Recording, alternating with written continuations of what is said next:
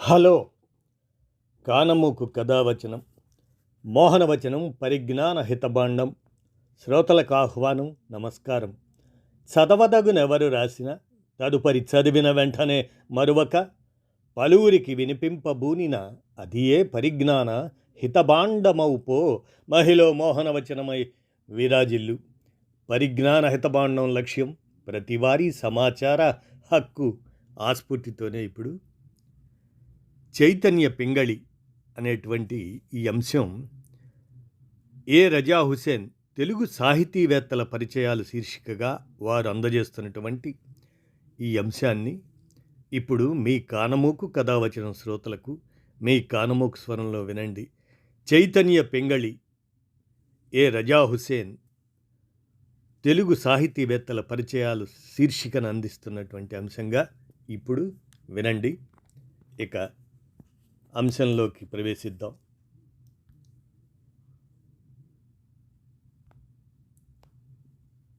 సినీ పాటల తోటలో కొత్త కోయిల చైతన్య పింగళి. మసూదా సినిమాలో ఏం మాయ చేశావే ఓ అక్షర కోయిల, దేశభక్తికి విరుగుడు వ్యాక్సిన్ కావాలి, కలలు వెనకే కలలు వదిలి పరుగులేనా, అలిసొస్తే వాలే చోటే లేదా. మసూదా సినిమా చాలా కాలం తర్వాత ఓ మంచి సినిమా చూశామన్న ఫీలింగ్ కలుగుతుంది. నటి సంగీత గొప్పగా నటించింది. తిరువీర్ రాహుల్ యాదవ్ నక్క అద్భుతంగా చేశాడు. దర్శకుడు సాయి కిరణ్ అల్టిమేట్. ఇవన్నీ ఓ ఎత్తైతే ఈ సినిమాలో ఓ పాట బాగా నచ్చుతుంది. తిరగేస్తే ఆ పాట లిరిక్ రాసింది పింగళి చైతన్య అని తెలిసింది. మన జాతీయ జెండా తిరంగా రూపకర్త పింగళి వెంకయ్య గారి మనవరాలు, అలాగే జర్నలిస్ట్ దశరథరాం తనయ ఈమె పింగళి చైతన్య. పెద్ద వయసేం కాదు, చిన్నమ్మాయే. ప్రొఫైల్లోకి వెళితే సినిమాలో పనిచేస్తున్నట్లు తెలిసింది. ఫిదా ఆ సినిమాలో పనిచేసింది. అందులో 2 పాటలు రాసింది. నేల టికెట్లో ఓ మాస్ సాంగ్ రాసింది. అలాగనే మసూదాలో ఓ పాట రాసింది. ఇప్పుడు మనం పింగళి చైతన్య గురించి చెప్పొచ్చేది ఏమిటంటే, మసూదలో పాట గురించి. ఈ పాటను సిద్ శ్రీరామ్ పాడాడు.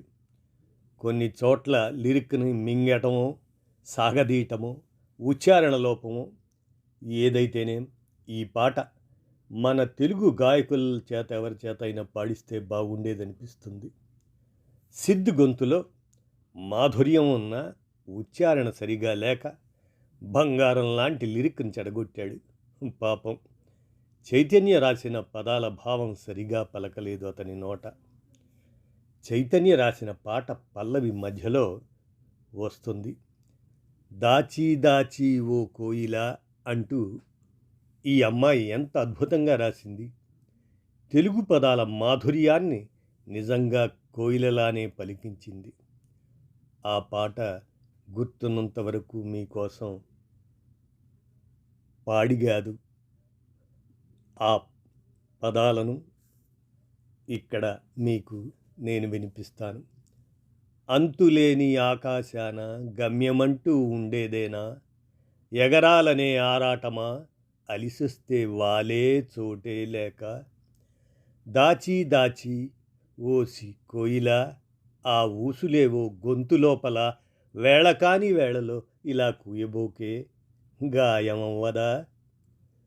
ప్రతి మలుపు దాటే వేళ సందేహాలేవో తరుముతున్నా, కనుల వెనుకే కలలు వదిలి పరుగులేనా, క్షణక్షణము కథ అని నీ కొంగంచు వదలని అలిగిన ఒక పాపాయిలా, పారాడుతూనే ఆ నింగి నీలమా, మేఘాల కీర్తన దూకిందా కళ్ళల్లో, దాచి దాచి ఓసి కోయిల, ఆ ఊసులేవో గొంతు లోపల, వేళకాని వేళలో ఇలా నువ్వు కూయబోకే, గాయమవ్వదా అంటూ పింగళి చైతన్య రాసిన ఆ పాటలోని పదాలు పాడితే పాటగాళ్లకు మంచి సాహిత్యం అవుతుంది.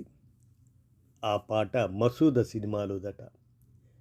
పింగళి చైతన్య పుట్టింది విజయవాడ అయినా పెరిగింది కోదాడ దగ్గర నందిగాంలో.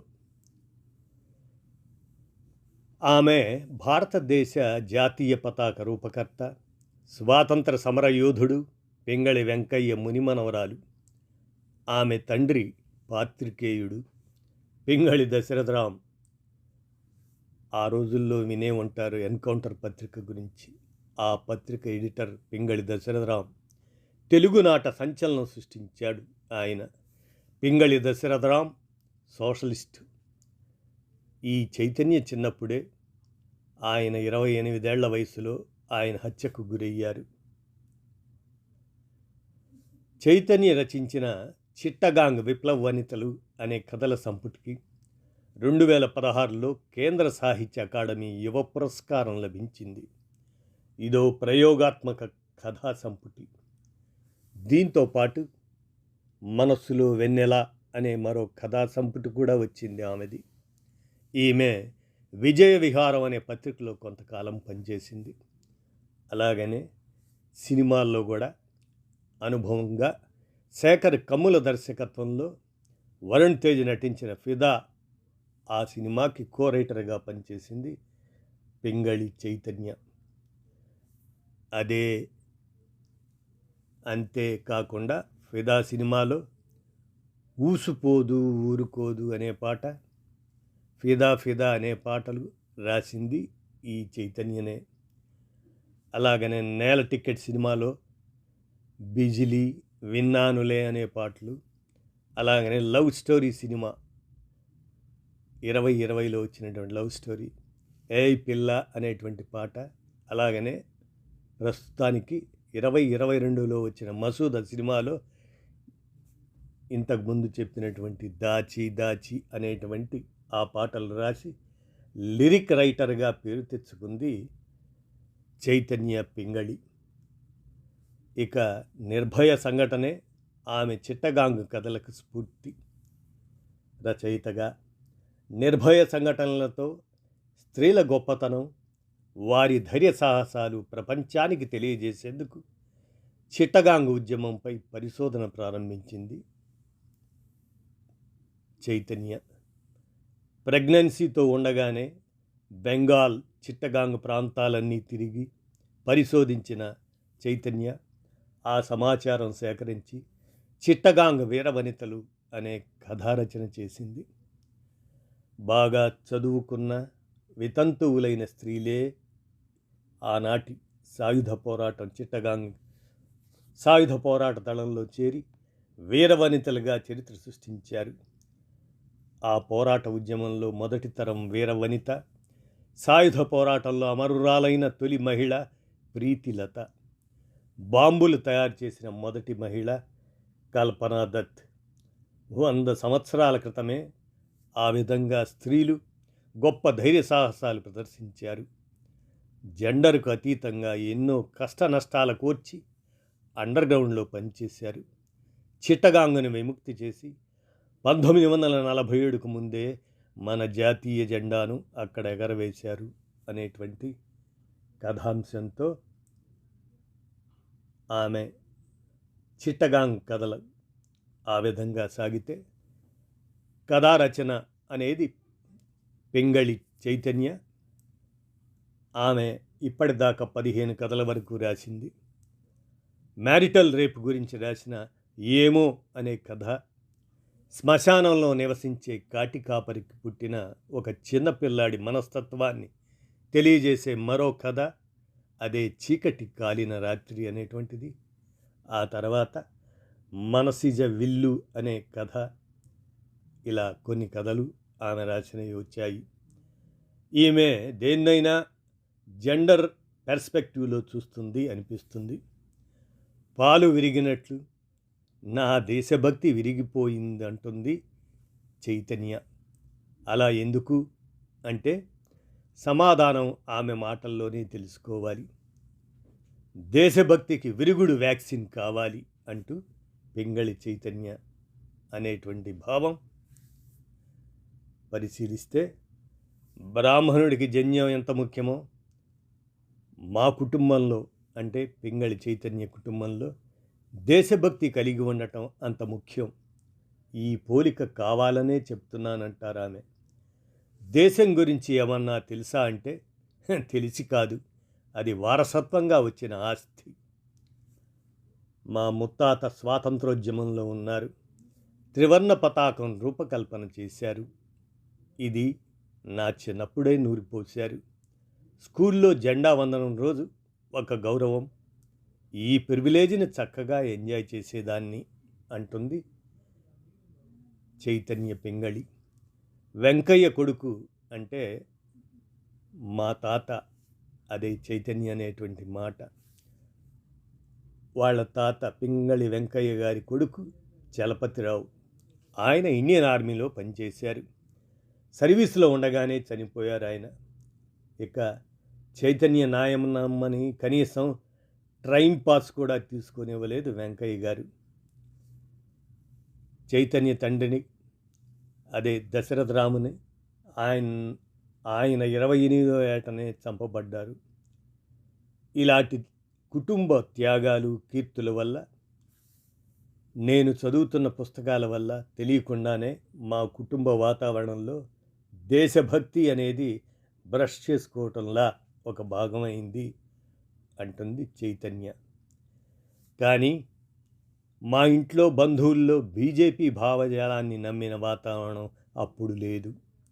బాబ్రీ మసీదు కూల్చినప్పుడు నేను స్కూల్ ఏజ్. మా నాయనమ్మకి క్యాన్సర్. మేము ఆమెను ఆసుపత్రికి తీసుకెళ్తుంటే బంధువల్ల మా బండి ఆపేశారు. ఆ రోజు నేను, మీ మసీదు కూలితే మమ్మల్ని ఎందుకు ఆపుతారు అని ఏడుస్తూ అరిచాను అంటుంది చైతన్య. మా అమ్మ నాయనమ్మ ఇద్దరూ తిట్టారు. తప్పు కదా, షిరిడి వేరేమన్నా చేస్తే నువ్వు బాధపడవా అని అడిగింది మా అమ్మ. అప్పటికి సాయిబాబా పారాయణం ప్రతి నెలా చేసే నేను ఆ ఊహకు కూడా భయపడ్డా. ఈరోజు మసీదు మీద మా కుటుంబీకుల అభిప్రాయం అడిగే ధైర్యం చేయలేను. దేశం పట్ల ఒక లౌకిక దృక్పథం, దేశ పట్ల గొప్పతనం, దాని పట్ల గర్వం ఉన్న వాతావరణం అప్పట్లో మా కుటుంబంలో ఉంది. ఇప్పుడు లేదు. భారతదేశము నా మాతృభూమి అని స్కూల్లో ప్రార్థన చేయటం వల్ల ఇది యూనియన్, అదే సమాఖ్య అనే సంగతి అందరి పిల్లల్లా నాకు తెలీదు. భారతదేశం ప్రజాస్వామ్య విలువలకు, శాంతికి కట్టుబడి ఉంది అని, మనం ఎవరి మీద దాడి చెయ్యమని పూర్తిగా నమ్మాను. పాకిస్తాన్ దుర్మార్గ దేశం అని, కాశ్మీర్ను ఆక్రమించుకున్నారని కోపం ఉండేది. మన సైన్యం ప్రాణాలు పణంగా పెట్టి పోరాడుతున్నారు అనే ఫీలింగ్. పైగా మా తాత చైనా యుద్ధ సమయంలో సర్వీసులో పోయాడాయే. ఇవన్నీ నా మీద సైన్యం గొప్పది అనే ముద్ర వేశాయి అని చైతన్య అంటూ, అయితే Indian army rape issue banner పట్టుకొని మణిపూర్ మహిళలు నగ్న ప్రదర్శన చేసినప్పుడు నాకు పెద్ద షాక్, గుండె బద్దలైంది. ఆ తర్వాత అనేక సంవత్సరాల ప్రయాణం, చదివాను, తెలుసుకున్నాను. కాస్త పైసలు జమ అవ్వగానే ఏదో ఒక రాష్ట్రం తిరగటం నా పని అంటున్న చైతన్య, మణిపూర్, నాగాలాండ్, త్రిపుర, కాశ్మీర్ రాష్ట్రాలు, బంగ్లాదేశ్, బర్మా దేశాలు వెళ్ళాను. చరిత్ర తెలుసుకోవటానికే, విహారానికి కాదు. స్త్రీల పట్ల భారత సైన్యం ఎలా ఉంటుంది నా కళ్ళతో చూశాను, అనుభవించాను కూడా. నాతో వచ్చిన మా బాలుతో వెళ్ళిపోదాం వాళ్ళు నైట్ మన హోటల్కి వస్తే అని భయపడ్డాను. మనని అంటే ఏమీ చేయలేరులే అని మా బాలు ధైర్యం చెప్పేవాడు. చాలామందికి దేశభక్తి కలిగి ఉండటం ఒక లక్షణం. నేను పెరిగిన వాతావరణం వల్ల నాకు అది గుండె చప్పుడు. మోయాలేమో మోయలేమేమో అనే ఫీల్ అయిన ఒక వారసత్వం. ఏ రోజైతే నేను మణిపూర్లో రక్తం తొక్కుతూ నడిచానో ఆ క్షణం నా హృదయం మొక్కలయ్యింది. నాగాలాండ్లోని ఒక ఊరిలో ప్రతిరోజు ఉండే కర్ఫ్యూ వల్ల హాస్పిటల్కి తీసుకెళ్ళలేక తల్లి చేతిలో చనిపోయిన బిడ్డను చూశానో ఆ క్షణం నా భారత మాత మారిపోయింది అంటూ చైతన్య చెప్తూ, కాశ్మీర్లో తమ పొలాల్లోకి తాము వెళ్ళాలి అంటే ఆడ మగ అనే భేదం లేకుండా ఆర్మీతో ఒళ్ళంతా తడిమించుకునే కాశ్మీరీలను చూసి సిగ్గుతో చచ్చాను. ఓషన్ ఆఫ్ టీయర్స్ డాక్యుమెంటరీలో ఉన్న పరిస్థితి ప్రతి క్షణం ఉంటుంది అక్కడ. కరెంటు, ఇంటర్నెట్టు, ఫోన్లు ఏ క్షణమైనా ప్రభుత్వం బంద్ చేస్తుంది. రోజు కర్ఫ్యూ. త్రిపురలో బెంగాలీల ఆధిపత్యం వల్ల అస్తిత్వం కోల్పోతున్న భిన్న ఆదివాసీల కథలు రకరకాలు.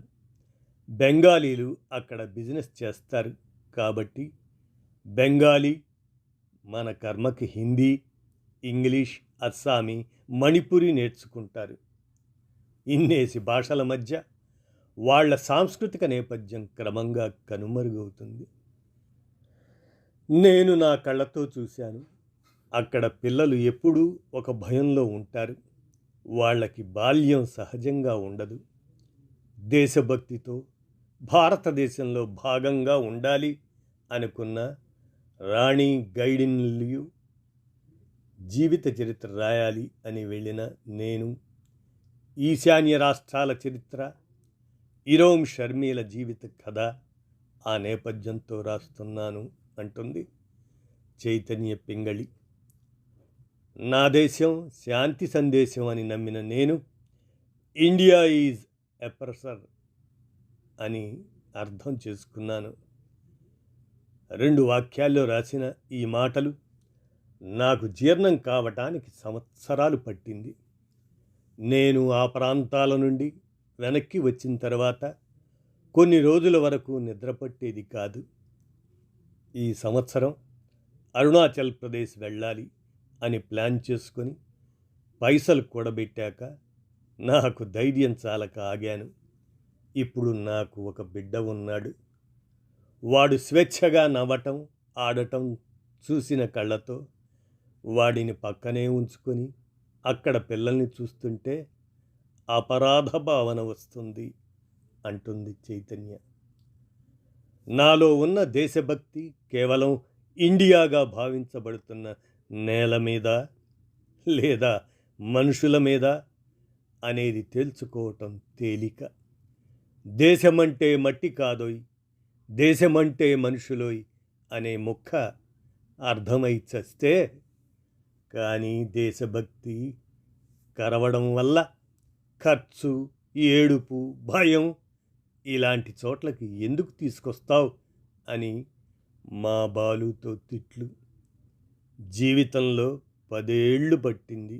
అందుకే ఎవరన్నా దేశభక్తితో రంకెలు వేస్తుంటే ఏమన్నా వ్యాక్సినేషన్ ఉంటే బాగుండు అనిపిస్తుంది అంటుంది పింగళి చైతన్య. ఇలా మానవ సంబంధాల్ని మెరుగుపరిచేది సాహిత్యమేనని నమ్ముతారు చైతన్య అంటూ ఏ రజా హుసేన్ వీరు ఎందరో తెలుగు సాహితీవేత్తల పరిచయాలను ఒక శీర్షికగా రాసి అందజేస్తున్నటువంటి వారికి కృతజ్ఞతలతో చైతన్య పింగళి గురించి ఈ అంశాన్ని మీ కానమోకు కథావచనం శ్రోతలకు మీ కానమోకు స్వరంలో వినిపించాను. విన్నారుగా. ధన్యవాదాలు.